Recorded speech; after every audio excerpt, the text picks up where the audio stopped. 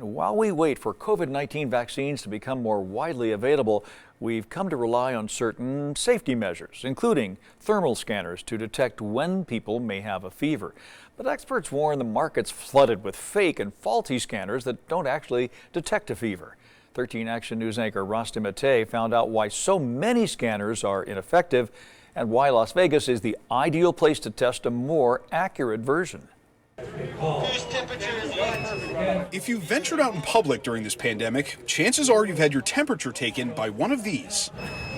The demand for thermal scanners has skyrocketed during this pandemic, mainly driven by businesses trying to detect customers with COVID-19 so they can stop them from spreading it. Just like there was panic buying of toilet paper and tuna fish, there was panic buying of thermal systems in the beginning. But Dan Dietrich says there are two main reasons scanners don't work as promised. First, a phenomenon called elevated skin temperature, when the temperature outside affects the scanner reading inside. Many people might have experienced that, where you go to a facility and they put the handheld temperature gun to your forehead, and oftentimes it'll read hot, especially in the summertime. Las Vegas was actually a key point of that, dealing with people with hot faces from the hot temperatures that are pretty normal through a large portion of the year. Dietrich says the second potential problem is something called thermal drift. Think of the doorway of an entry to a facility, maybe a casino in Las Vegas. You have hot air drafts coming through in the summer, and then you have cold air conditioning blowing.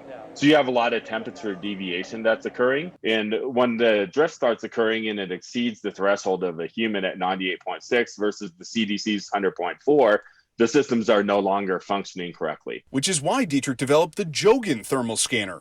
He says it addresses both issues. It really focused on measuring the temperature at the tear duct. So basically here by the bridge of your nose, they call that the canthus area, and it's conditioned by the eye, and it's the area that's over the largest artery closest to the skin. So if you're able to measure temperature at the canthus, you're going to get a nice accurate reading that is not affected by things like perspiration or the hot or cold face. Our system uses a precision controlled temperature stabilization that replicates a laboratory level of stability, but in the real world, like at the entrance to somebody's facility. He's hoping a more accurate thermal scanner will help all of us get back to business sooner and safer.